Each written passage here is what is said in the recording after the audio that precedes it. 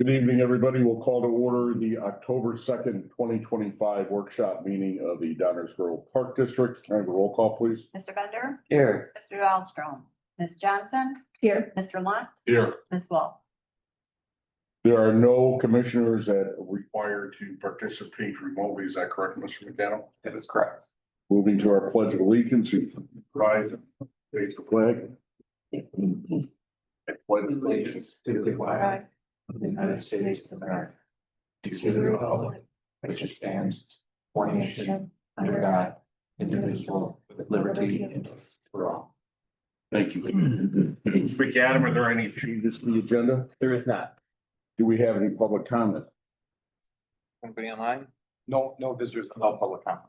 Move on to agenda item number B, recognition of visitors. Do we have any? I think we do have a recognition visitor. We have a retirement in our midst, do we not? So I'm going to ask the commissioners to join me at the podium along with Mr. Dave for a short presentation.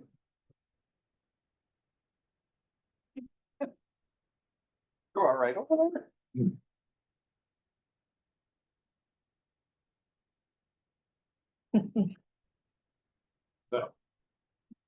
Good thing you wore shoes. Congratulations, 40 years. Thank you. For those members of the district tonight, we mark a very special occasion, one that is both celebratory and bittersweet. We gather in honor of our colleague, our leader, and our friend, Dave Herring, as he attends his final board meeting before officially retiring tomorrow. Dave's career in Parks and Recreation has spanned more than 40 years, and his contributions here in Downers Grove and across Illinois are nothing short of extraordinary. Truly, 40 years is outstanding. Dave began his journey in 1985 and has since held leadership positions at Elmhurst, Lockport Township, Schaumburg, and Carroll Stream before bringing his talent and vision to Downers Grove in 2017 as our Director of Recreation. Here, his leadership has been transformative. He guided our district to earn the Illinois Distinguished Accreditation in 2022, a recognition that reflects excellence in governance, operations, and service. That is something to be proud of, Dave. He oversaw the opening of the Adventure Falls Parade Ground and with Michelle and his team, led our recreation programs record levels of participation. His stewardship of facilities like the Belmont Golf Club, which saw record rounds and revenue, ensured that our community not only has access to recreation, but also enjoyed it at a highest level. But Dave's legacy isn't just measured in numbers, new facilities, or successful programs. It's measured in people. Dave has mentored countless professionals through the Illinois Park and Recreation Association's ProConnect membership program, served on its board, and guided interns who now hold leadership positions throughout the state. That's something to be proud of for sure. He has lived by the principle of leaving something better than he found it, and he has truly done that, not just for the facilities and programs, but for people and communities he's touched. As Dave steps into retirement, we know he will spend more time with his family and pursue visiting every Major League Baseball stadium. As a lifelong Cubs fan, we have no doubt he'll enjoy every moment of that adventure. On behalf of the entire board, our staff, and the residents of the Downers Grove, we thank you, Dave, for your dedication, your vision, and your heart. You have made an indelible mark on this community, and while we miss you greatly, your impact will be felt for many years to come. Please join me in celebrating and honor the remarkable career and retirement of Dave Herring. Dave, congratulations. Thank you. To join me as we present just a token of our appreciation. Dave, in honor of Dave Herring, Director of Recreation at Downers Grove Park District from 2017 to 2025, with gratitude for 8 years of dedicated service and 40 years of leadership in Parks and Recreation. Dave, thank you very much. Yeah, I'm gonna say just In front of the TV. Okay. Sorry. Front of the curtain.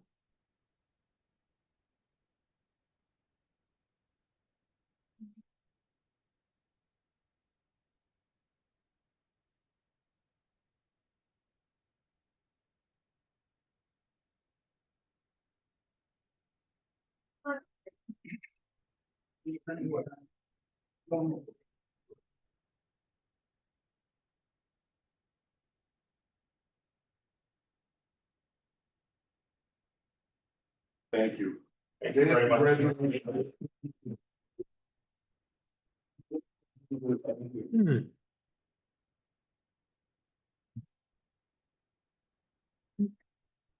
Dave, I know it's great that after 40 years, you decided to stay for the entire meeting. Yes. Your dedication. Well. No, but thank you very much. Still employed, so Discussion items. can I add one thing? Go ahead, sir. In what I, talk about, I've done a lot in 40 years at different districts. And a lot of that is because of the support of boards, just like yourself. So very much appreciated. Thank you, Dave. Thank you very much. Commissioners, you have anything to add? Commissioner Johnson. Just thank you very much and congratulations. Thank you. And now, the budget. 26. 2026 budget. In honor of Dave, I have streamlined this presentation.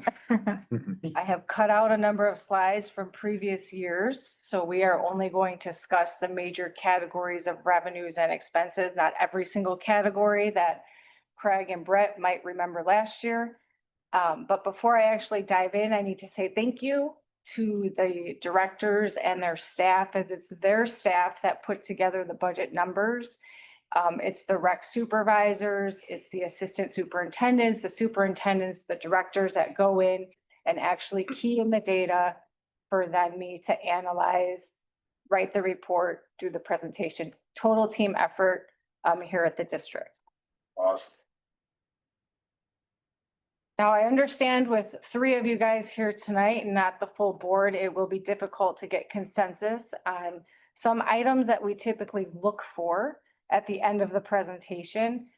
I'm just going to ask that you think about these items as I present, like what your direction might be on the overall budget, how you'd like to proceed in the tax levy. Are we in agreement with spending the $3.6 million in the capital budget that Paul presented a couple weeks ago? Nothing needs to be decided tonight because I understand with only three, it might be discussed more next week when all five, or not next week, 2 weeks on the 16th, when all five commissioners are here, and that's totally fine. Some themes for 2026. We are budgeting for demand to stay very strong across the board in programming, fitness, and golf. We are recommending minor tax increases and non-tax increases. You will see that expenses are growing in 2026, and it's a combination of the employee salaries and benefits, along with the maintenance of our aging assets, as well as the principal and interest payments increasing related to debt. The budget process starts in July. We opened it up July 1st for all of the staff to start their fun. At this October 2nd meeting, I am just doing the presentation, giving you guys the information. The report is also diligent. The report is very in-depth and goes over every single category that we budget for. October 16th is an important meeting, even though you guys may need more discussion. At that meeting, we will be looking to approve 2 resolutions. The first resolution will relate to the budget, and that is solely to allow us to put it out for public viewing. Changes can still be made after that resolution is approved.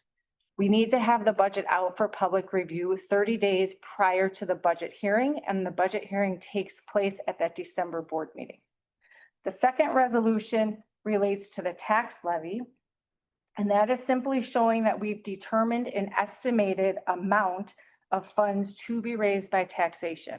Again, that resolution and numbers can also be changed. It's just that we need to get that out for public viewing as well. I know this slide is small with numbers. There's a lot going on. I want to just point out a couple of things. The 2025 performance, which is the first column highlighted in orange, we are projecting as of the time that projections were done back in August, revenues to come in ahead of the game by 290,000, expenses to come in below budget, 335,000, and capital to come in ahead 994,000. The capital revenues that are showing at 922,000 is made up of a $200,000 grant that we received from the legislative dollars, as well as $722,000 in developer donations that we were made aware of late summer, early fall from the village. So those were not budgeted because they were not known at the time that we were preparing the 2025 budget. 2026, we see expenses grow $776,000 compared to where we project 2025 year end to be. And this is made up of several things. The first being personnel. Naturally, salaries and wages increase. The minimum wage is $15. Many of our positions pay higher than $15, and we also do budget minor increases for part-time staff that stay on board with us year after year. Because we don't know the health insurance increase until November, that comes to us from the village as our insurance is joined with theirs. We always budget a 5% increase. That's a conservative budget amount just because it's unknown. We are also budgeting for 2 potential retirement payouts related to vacation and personal time. I've started adding these to the budget. I feel it's important. They can be significant dollar amounts. And so I feel if we know of retirements, we should be budgeting conservatively for those as well. The debt is increasing $94,000. We would expect this number to be higher because of that 2022 issuance. The principal and interest payment related to that 2022 issuance is actually increasing $259,000. However, the 2015 bond issuance is decreasing by $229,000. So we have that offset. The difference is just the minimal increases in the other debt issuances. We are continuing to have a strong investment in MR&R and capital. In regards to the capital projects, we try to target around 1.5 million. Obviously, based on Paul's presentation a couple of weeks ago, we know that that number is significantly higher, driven by McCollum Park. It's being funded through developer donations. We've had an efficiency this year. We have the grant money. So we are able to spend more in capital because of those resources that we've received. We are also planning to fund from operations capital in the amount of 1.25 million for both 26 and 2027. Some reasons why the expenses are shown outpacing the operating revenue. One is related to inflation. We know that while it's coming down, it's still pretty high. It's still sitting at about 2.9 as of the end of August.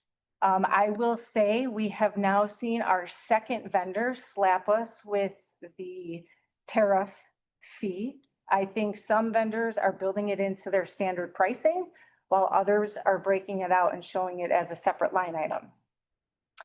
In addition, we try to combat that by utilizing different contracts, co-op agreements, and just strict financial management to kind of slow that impact. Wages and jobs, it's a 4.6% unemployment rate as of July. We are continuing to see within our district a wage compression developing between part-time hourly rates compared to some of the full-time rates. So we are working as a team to look at that and analyze and see how we can better manage that. But again, that takes time. A lot of our assets are very old, and so they cost more to maintain or repair. So that's driving up expenses. And then, as I mentioned, personnel expenses are naturally higher with salaries and wages. This also includes Social Security taxes. Our IMRF percentage is an actuarial calculation that's provided to us from IMRF, and that is going up slightly next year. So that's an increase. Insurance, I mentioned, we budget a 5%. We do have the cost of living increases in there and retirement payouts. You'll see on the slide, I referenced the McCollum Park operating expenses. It's not necessarily $285,000 of new expenses. What that is some expenses we've had and we've reallocated and have better tracking because McCollum Park seems to be at a heightened level as our flagship park. Some of them were truly new when we brought on the spray ground and we started that operation, as you know. So think of it in terms of some kind of got reclassified and some are new. But when we look at McCollum at the big picture, because it's its own little operation, it is costing us about the $285,000. That includes staff, that includes other direct expenses.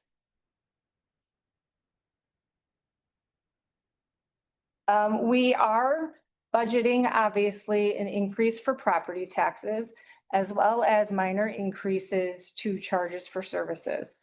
What I want to explain is that the 2026 tax revenue that's budgeted, that we're showing, actually relates to the 2025 tax levy that will be getting approved, which is based on the 2024 CPI rate. So at the end of 2024, that rate was 2.9%. Legally, we can capture up to that 2.9% plus any new construction within the district boundaries. There was conversations had with the board president and Eric, as well as with Bill, and directive was given to budget the 50% increase in taxes. That is what is budgeted currently. So we have new growth budgeted plus 1.45% CPI. Charges. Let me ask you a quick question regarding property taxes. When was the last time we were assessed? Question. Because we get assessed, I don't know if we get assessed every 2 years, does any? The assessments come out every 3 years. A 3-year. So will we, or could we see an increase depending on when that assessment was last done? Because property values have been increasing in dollars. That's hard to say. Everybody's treated differently with the assessments. Okay. So some will go down and some will go up. They're not all universal. So some people could see more of a growth, some could see less. It's just how it impacts them on the assessor roll. Well, we don't know when, I mean, is the assessor gonna give us? Is this year when we see the actual? They don't give us any of the EAB information. They give that to the county. They do adjust it every year. Yes. Unlike Cook County, where you see that 3-year big jump. DuPage County is pretty Stable. stable. That was the word I was looking for. It goes up, but it doesn't do those huge jumps that you're talking about, which does cause an issue with C-SPAR because half are in Cook County, half are in DuPage, and every time Cook County jumps up, our contribution goes down. And then by year 3, we've all leveled out again, but DuPage County tends to be pretty steady. There is a 3-year cycle, but it's nowhere near Cook. Because they do adjustments in between. Yes. Because Cook County doesn't look at it for 3 years and it just sits there. DuPage does adjust it in between. Sorry to interrupt you, Nope. we were on this topic, but thank you. There's more tax levy slides that might help answer that question a little later on. Okay. Moving on to charges for services, there are minor recommendations for increases related to that. Overall, from a recreation revenue standpoint, which strictly means based on the programming aspect, we are budgeting a 2.6% overall growth between demand, which would be budgeting for more participants, along with some programs having fee increases. Fitness is projected to grow at 4.21%. That's strictly demand. There are no increases related to fitness, as was previously reported. Golf is showing a minor growth in 1.34%. We know that we are budgeting that $1 or $2 increase on greens fees based on if you're a resident or a non-resident. However, we also take that conservative approach and discount some of that revenue related to weather. Staff is constantly trying to find time efficiencies or dollar savings, looking at expense management, implementing new processes, utilizing technology different, trying to utilize volunteers, searching for grants. So we are constantly trying to mitigate some of this expense increase. Moving on, more about operating revenues. As I mentioned, tax revenues are budgeted at the 1.45% with new construction, along with the increase of debt. There's also a minor increase related to the replacement taxes that we receive from the state. As you know, they over allocated funds. So in 2024 and in 2025, we were repaying that back. They were lowering the distributions that they were providing us. We now feel we're at a common ground and that this is a pretty stable revenue. Overall, the tax revenues are sitting at 58% split out of 100%, which is great. Non-tax revenues, as I mentioned, we have the golf increases. Rec program is going up at 2.67. We are also seeing a strong increase budgeted for the sponsorship and advertising, and this is based on the various offerings by our marketing team. Specifically diving into operating taxes, I mentioned the replacement taxes were being adjusted for the misallocation from the prior years. We are anticipating to be at the new norm moving into 2026 for replacement taxes. Overall, the bond and the tax levy related to the debt is $247,000 increase. And then, as I mentioned, it's the 1.45% CPI plus the 0.7 for new construction. At this point, I will turn it over to Eric to go over just the next couple of slides regarding property taxes. Thank you, Trish. This first slide is just kind of an explanation to the public of how the tax rate comes about. So you have all the local governments as ourselves, who submit the dollar amount that they require for the taxes. So let's say ours is $10 million. That gets filed, goes to the county to develop the rate. On the other side, you have all the tax assessors with the townships. They will go out, they will assess the value of all the properties. They'll pass that on to the county. And then the county will check that all over, make sure it was done correctly, and then do the arithmetic to determine what the tax rate is. So that's just a very, very simplified process of we're giving them the dollar amount we need. We're comparing tax rate to all the other entities, and you'll see on your bill, each entity and their corresponding tax rate. And then that tax rate is applied to the individual house's value. This is an example of a homeowner in Downers Grove and what they pay towards property taxes. As you can see, the schools are the bulk of this at 75%. The district slots in right about 5.8%. Over the last decade, that number has not changed much. We've always been right around there from 5.5% to 6%. You'll see our 10 and 15-year averages on there. So over 15 years, about 3%, 10 years is a little bit more. Where that 10-year goes up is just due to the rollover bond that has been issued in recent years for the capital projects.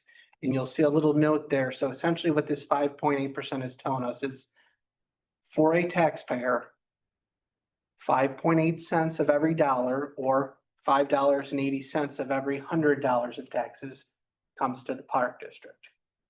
If we move to the next slide, we can show you what that averages out to be. So on this bottom chart on the right, a median house in Downers Grove is about $475,000. And that equates to about $508 to the Downers Grove Park District. For this slide, we've chosen some other DuPage Park districts that are comparable. Please keep in mind, we all have very different operations. We have a 300-acre oak forest. Someone else might have 2 recreation centers. Someone else might have a zoo. So they're all very different. But what we can gather here from that top slide is that we represent one of the most affordable rates in our comparisons. at about 3.3, can't make that out fully, Trish, 3.335. And that, like I said, equates to $508 compared to a Carroll Stream that's around 900 or a St. Charles who's around 900. This next slide shows the comparison. The 2024 levy relates to the 2025 tax receipts that we are collecting this year. The second column, the 2025 levy, is what we're currently discussing as the new construction plus the 1.45% CPI. That's what the budget is currently built off of. You can see this is a total change in dollars of $460,000. And the tax rate is changing very minimally in this scenario, only by 0.004. Now, keep in mind, this is just an estimated calculation as we don't have the final numbers from the county, but this is what we're looking at currently. So the impact on a $475,000 property, which is said to be the median property here in Downers Grove, would see an increase in their annual taxes of $17. If it's a $950,000 property, it's an increase for the year of about $34. I did put together a second slide just to show the comparison. What's highlighted in orange is again what's currently budgeted. What I wanted to show was the line below that was if we captured the full CPI, that 2.9%, we would get in almost $140,000 additional dollars that could go towards funding operations. Items or categories that would be impacted if we elected that full levy would be M&R would be about 75,000. IT would increase 25,000. Service level items related to special events, senior program, and other minor changes would be about 22,000. And then park security would be about 18,000.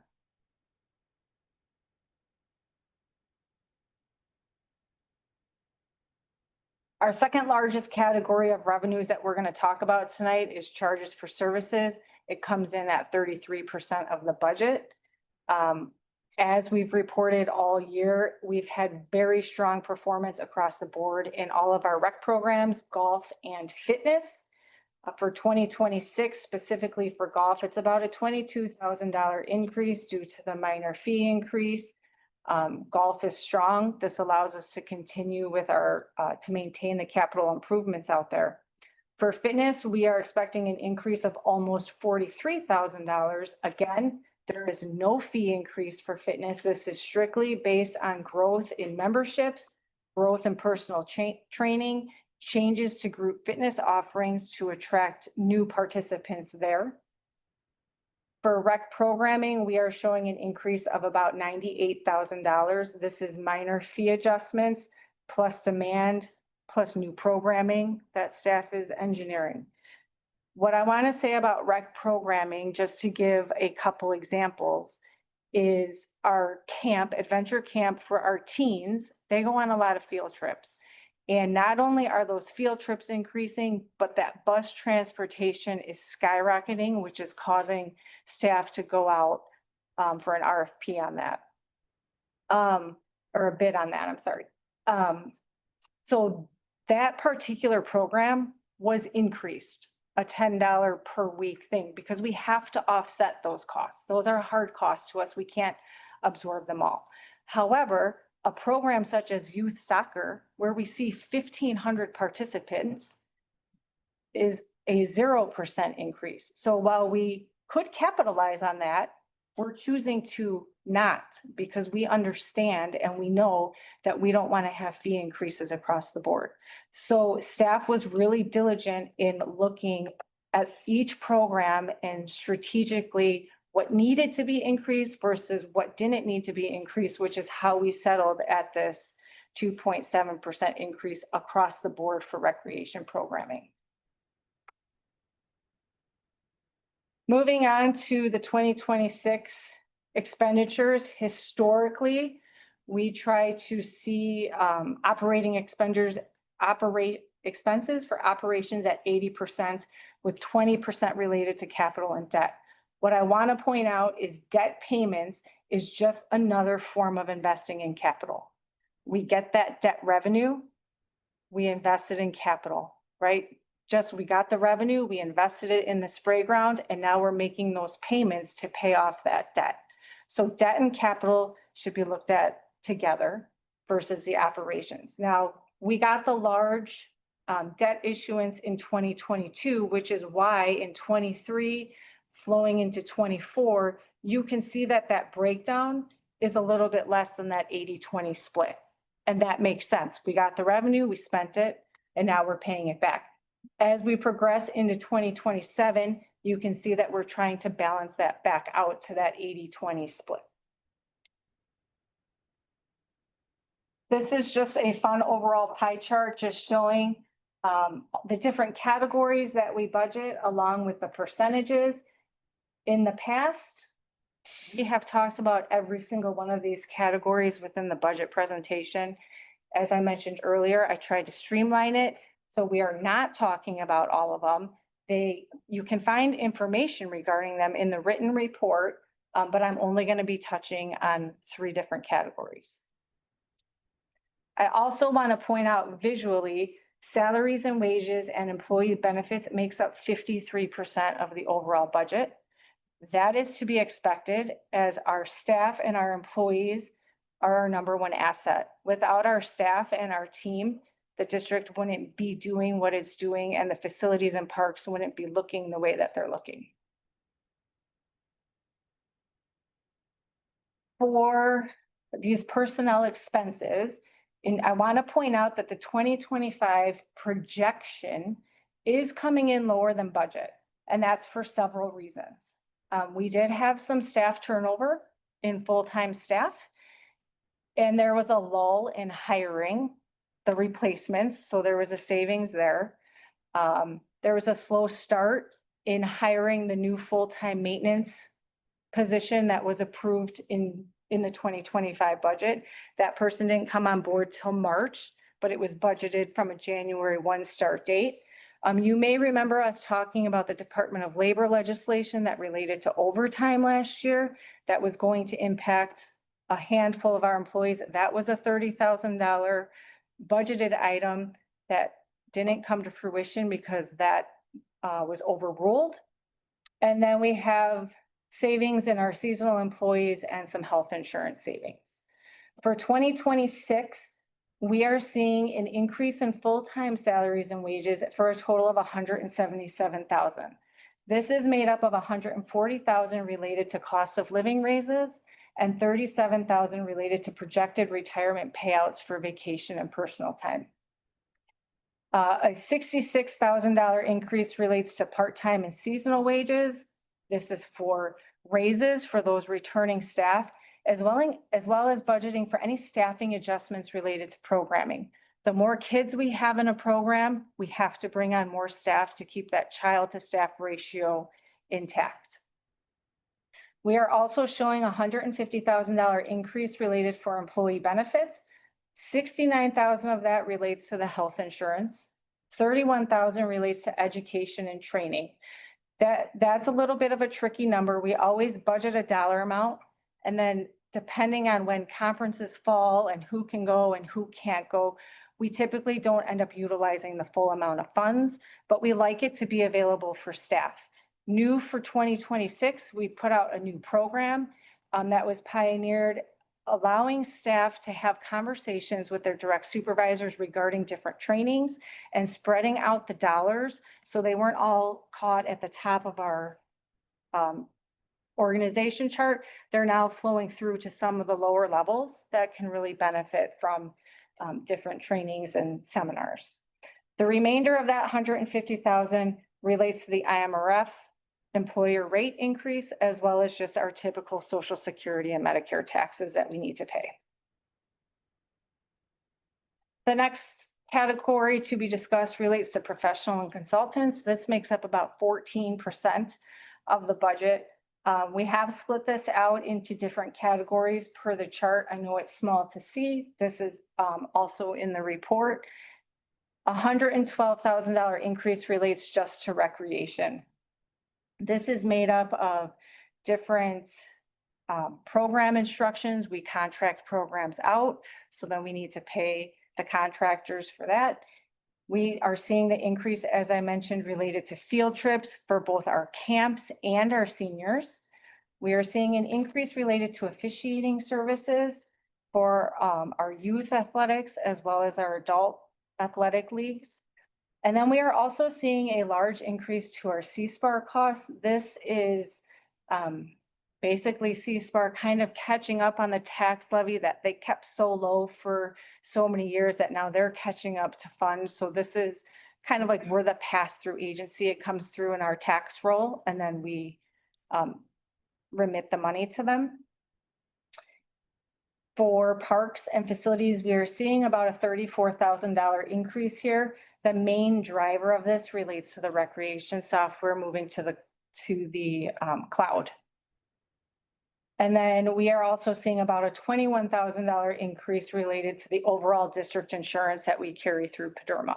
That is a number that PDERMA provides to us, and that is completely out of our control. Moving on to maintenance, repairs, and replacements. This makes up about 8% of the total expenses. For 2025, you see we are coming 31,000 under budget.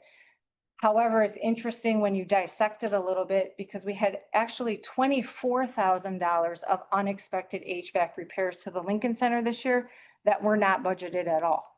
And that system's only 7 or 8 years old. The overall offset came in from the ADA funds that due to the timing of other district projects, we weren't able to expend all of those funds. In addition, we are seeing a $10,000 decrease just related in the general upkeep of equipment, facilities, and parks. For 2026, we are seeing a $63,000 increase. The main driver of this relates to the Lincoln Center building lockdown system that's budgeted. This is a safety initiative that we're trying to put into place as that's where we house our preschool program. It appears that ADA funds are increasing that 44,000.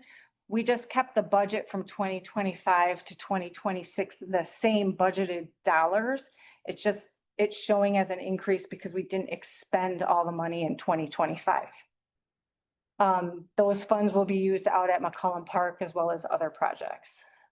We are also then seeing a overall decrease combined in the other categories for facilities, parks, vehicle, and equipment maintenance. And some of that relates to the act of taking that 1.45% tax levy versus the 2.9. Moving on to debt service, the arrow points to the 2026 year. We are planning to abate $604,000 of the total $1.99 million of debt payments that we have.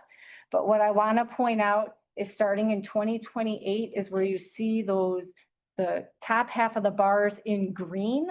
That green signifies that debt rollover. So if we chose to do that rollover bond, we would initiate that in 2027. So it would come through in the 2028 year. And you can see that it keeps the level even with 2027. So the debt remains flat for the taxpayers.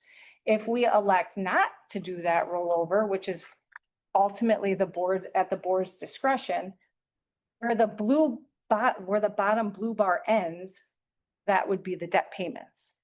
So essentially that green section would be the savings to the taxpayers.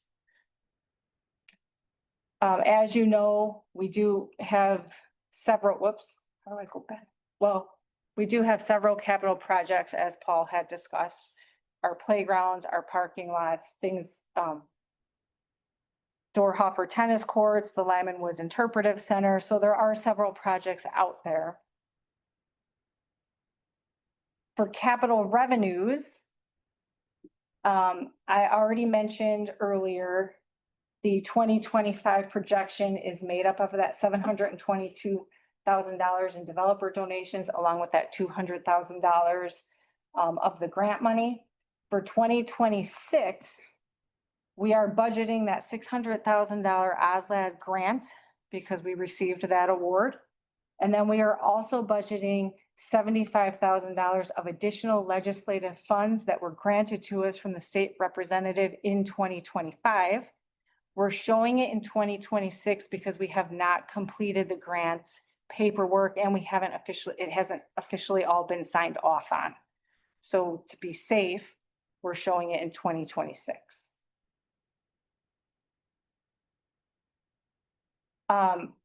Related to capital projects, Paul had discussed at length the capital improvement plan, so I'm not going to go in details on this. This is simply what Paul discussed. These are the projects that were discussed. But as you know, for the budget process, we are simply looking for consensus on the overall dollar amount to be spent on capital, which is that $3.617 million. The projects will be flushed out as we get closer to the end of the year and the beginning of January at future board meetings.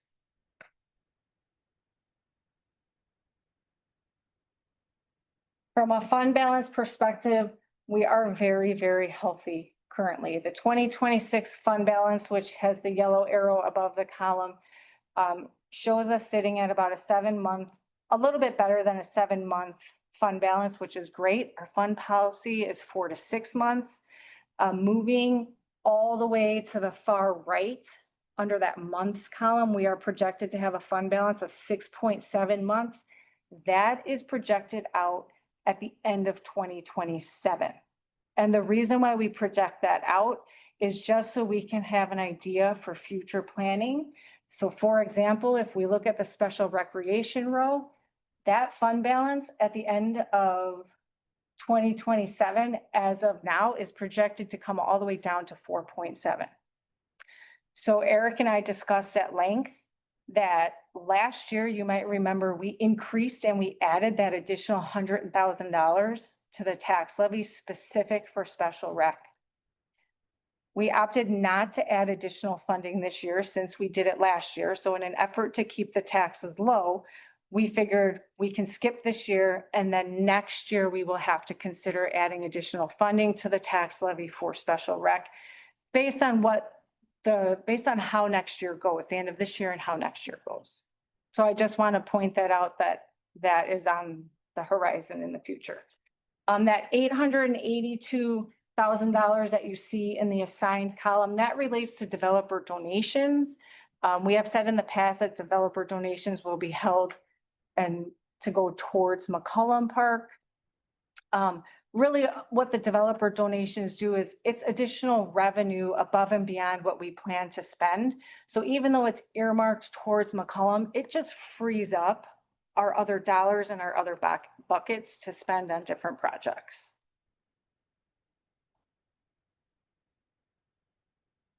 One thing I want to point out is that the budget is the district's plan or our expected expenses for the fiscal year.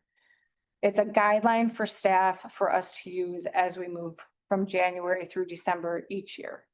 The appropriation that gets filed with the county is the upper legal limit that allows for what we can spend in an upcoming fiscal year. So what we historically have done, and I continue to propose to do, is that we will increase the appropriation 20% across the board of what our budget is. That way, if things come in over budget or if there's emergencies, we can easily handle those without having to do formal proceedings for a budget amendment. When it comes to capital, and sometimes the question's asked, well, what if a property comes up and we don't have the money budgeted? And we know as of late, the cost of properties and downers are $700,000, $800,000. We build that appropriation and set that at $1 million. That gives us the flexibility if projects go haywire and go well over budget, or if there's a property that's out there that the district decides to make a purchase, we have that flexibility based on the legal limit that we appropriated. So I'm circling back. I know that was a lot to digest. I am not necessarily looking for concurrence tonight, given that there's only 3 of you here. But I do want to open it up to you guys at this time if anybody has questions or if anybody wants to have open up dialogue or conversation. Thank you. First of all, good job on the budget this year. The directors and everybody, that's a lot of hard work. A lot of rolling up the sleeves, and without a doubt, it shows in this presentation, as it does every year. Thank you to your staff and everybody that's here. I'll open up the floor to the commissioners. If there's any comments, questions, or concerns. Commissioner Johnson, you yield the floor. Would you go back to where it lists out the foregone, I guess, projects? The difference between the 1.45 and the 2.9. Yeah, and maybe just explain those a little bit more. I'm not very good at this. Yeah, if you were. This slide. Hmm. So what this slide means, so typically what we do every year when we start the budget process, we budget for the full tax levy. That's our starting point, which is no different than what we did this year.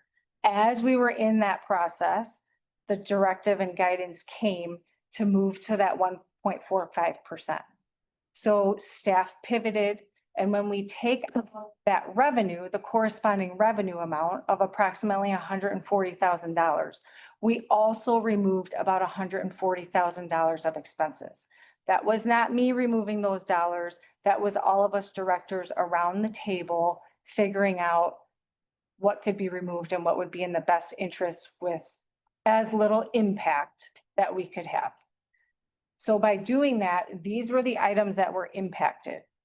So MR&R is maintenance, repairs, and replacements. So there was about $75,000 removed from that category for different projects that were in there. Information technology had items. One of them was a project management software. One of them related to AI software.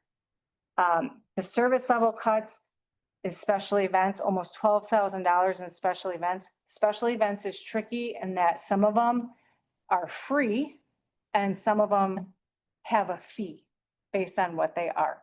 So this 12,000 would most likely hinder the free events, right? So if the tax levies increased, we would be able to offer 2 or 3 more special events free to the participants.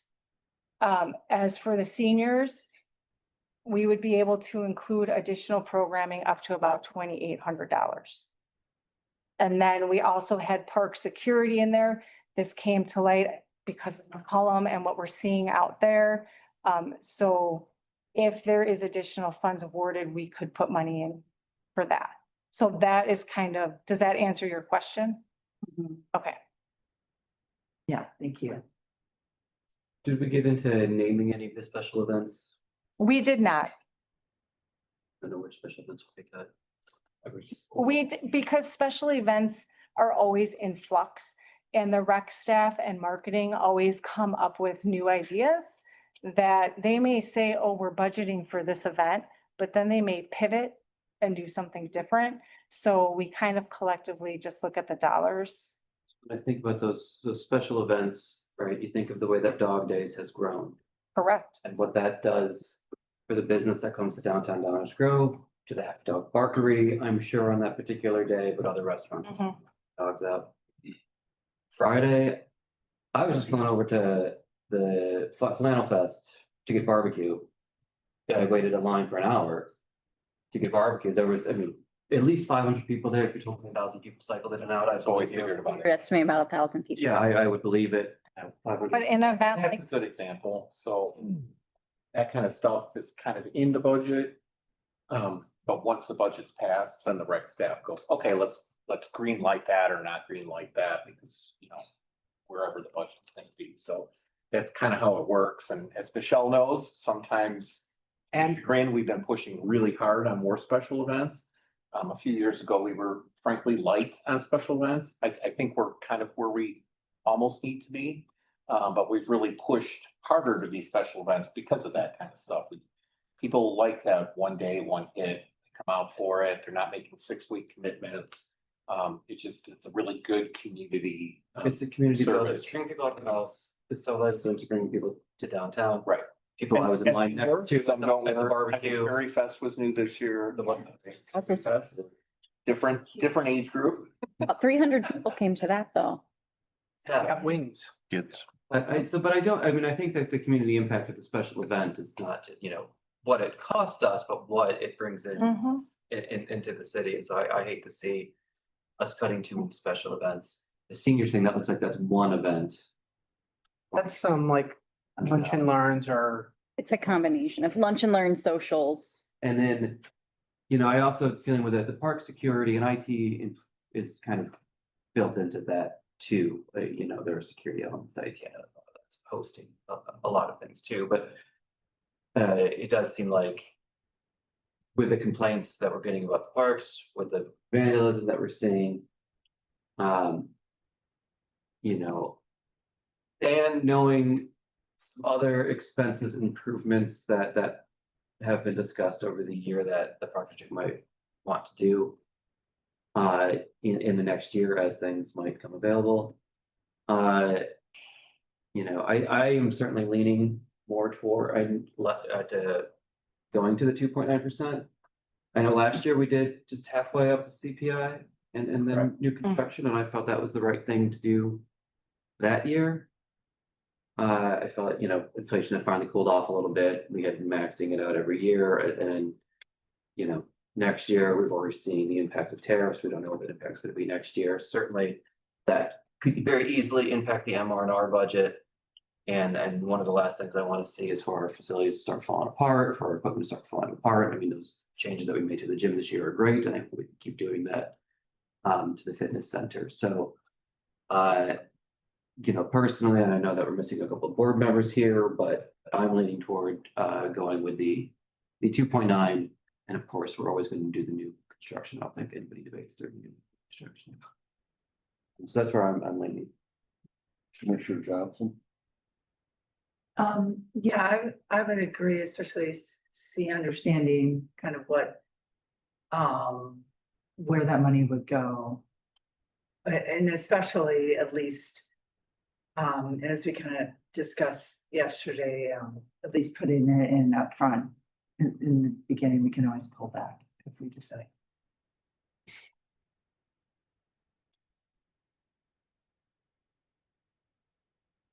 And again, we're missing a couple of board members, Mhm.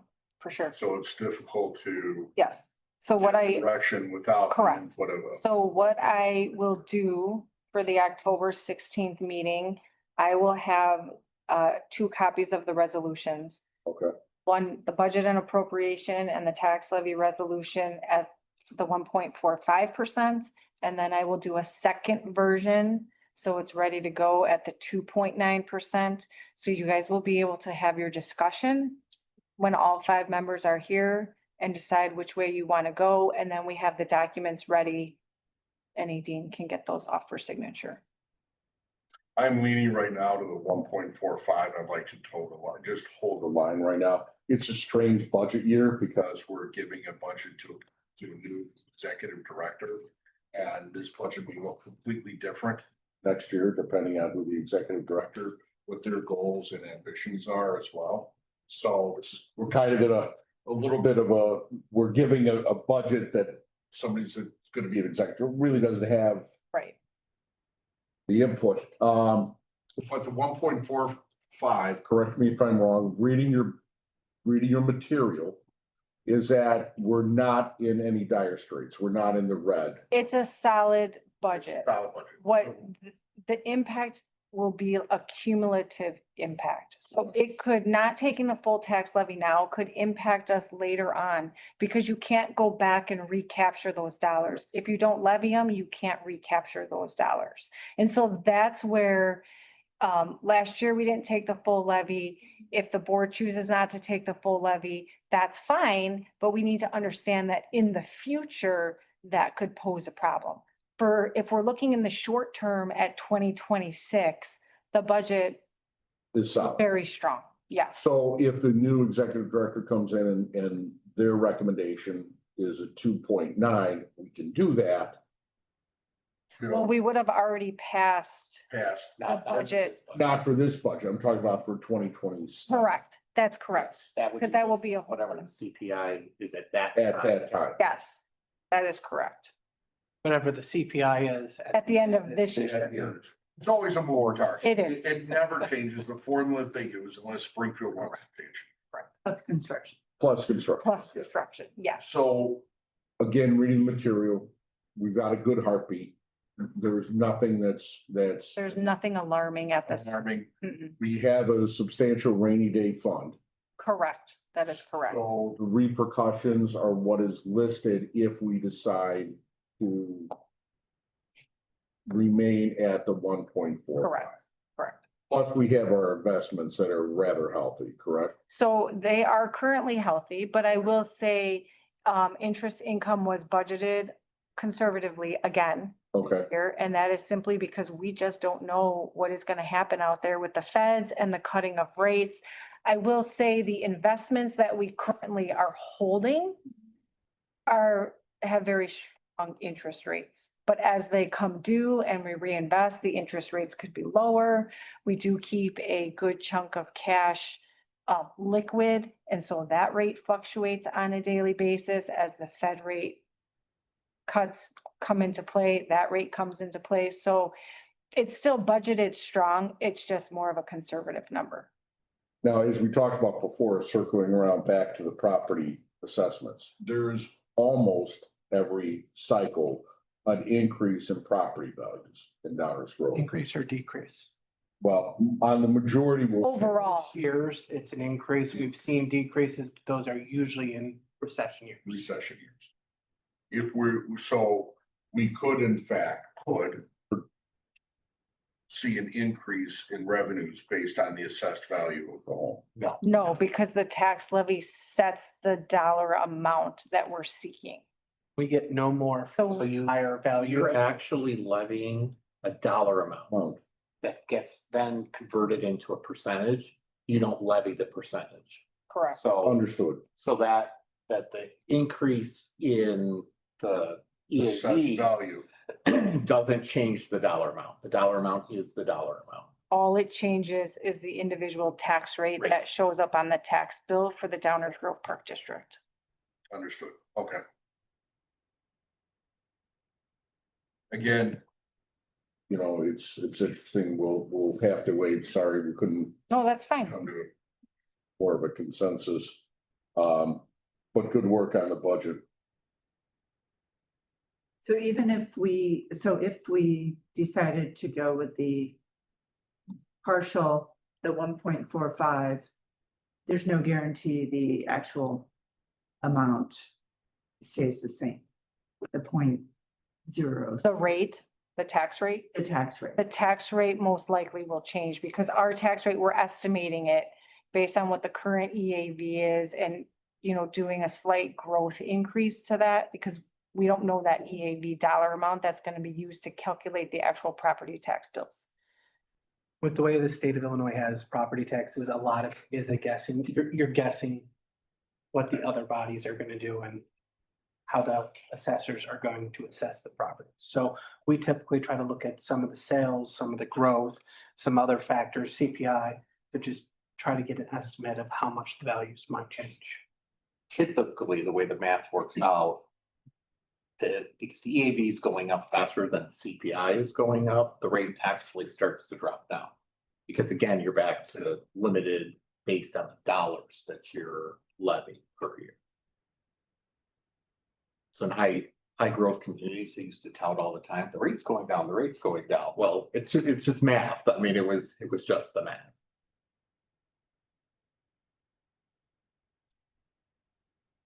Do we have any other questions or concerns regarding the budget?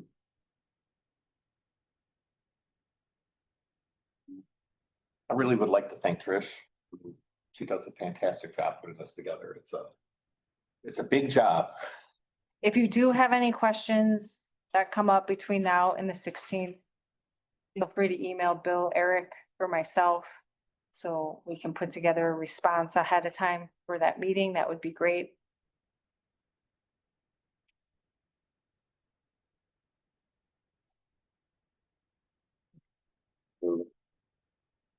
So C, we covered 1 and 2, correct? Items 1 and 2? Or No, C1, we could Step start. 1, that's good. So we still have the 2026 park board meeting schedule review. So in your packet was proposed meeting schedule, very similar to what's been in the past. January, because of the holiday, and then conference, we typically do one, so that's what I'm showing on the 15th. Everything has a workshop and a board meeting till June, which that workshop is typically our park tour, so we have that showing there. And then in July, again, because of the holiday and vacations, we typically do one meeting. So that's showing on the 16th. And we are 2 except for December, which is typical again because of the holiday. Please note in October, April, we moved the workshop to the second week, second Thursday, and the board to the fourth Thursday. There's 5 Thursdays that month due to NRPA conflict. 3 months, but we're not doing first and third. Correct. April, October and December, we're not doing first and third. Right. I need to screw that up this year. April will be April 9th and then the 23rd. So that's the second and the fourth. I'll start putting these things in my phone. Commissioner Johnson, any thoughts or concerns? That's good. I think this is good to go. We'll have to vote on this in the next meeting. Correct. Yeah, I don't have it, especially the way that's laid out with the applicants. I think we're good to go, Mr. McAdam, don't you think? That's it. All we got on the agenda for. Item number D, the next Downers Grove Park District Board meeting will be held on October 16th, 2025 at the Rec Center Multi-Purpose Room. Item number E, we have nothing for the closed session. Correct. Then we'll ask for a motion for final adjournment. Motion to adjourn. Adjourn. I second. We have a motion and a second. Roll call, please. Mr. Bender, Aye. Ms. Johnson, All right. Mr. Lawrence. Aye. We're adjourned. Thank you.